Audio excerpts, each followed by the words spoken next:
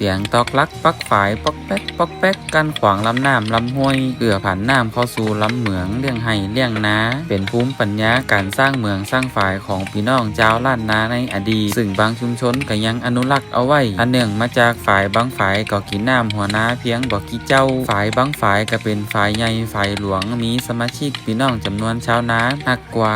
5-60 เจ้าแต่ละปีเจ้านาเจ้าตั้งน้ำก็จะหีบไม้เป็นเล่มเอามาถากเป็นลักเพื่อที่จะมาปักซ่อมแซมฝายแต่ละปีนอกจากนั้นก็ยังมีการเลี้ยงผีปางซีปางแปรเพื่อให้ผีเมืองผีฝายปกปักรักษาบ่ให้ฝายเล่มนี้ปุโปดปังไปในช่วงฤดูน้ำลาส่วนฝายคนเฒ่าปัจจัยก็เจอกันสารสะเปาะให้ฝายแม่บ้านเจอกันขนหินขนทรายขึ้นมาถมมาทับเพื่ออัพระดับน้ำขึ้นสูงแก่เมืองแก่ฝายหันได้ตีได้ตางแล้ว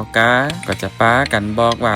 ระดับน้ำได้ละเด้อกำหนดเปิดน้ำเมืองน้ำฝายเจ้าให้เจ้านาก็จะไปช่วยกันล่องเมืองล่องฝายเพื่อบ่ฮื้อขี้เหิมมันไปบัดปากต่างนะอันนี้ก็ถือว่าเป็นภูมิปัญญาของพี่น้องชาวบ้านที่ได้รักษาสืบต่อกันมาปัจจุบันหลงเหลือให้พบเห็นได้น้อยเต็มทีบางตีก็มีฝายคอนกรีตเข้ามาเสริมแทนทั้งนี้ทั้งนั้นก็เพื่ออำนวยความสะดวกให้พี่น้องชาวนาเฮานะครับเนาะ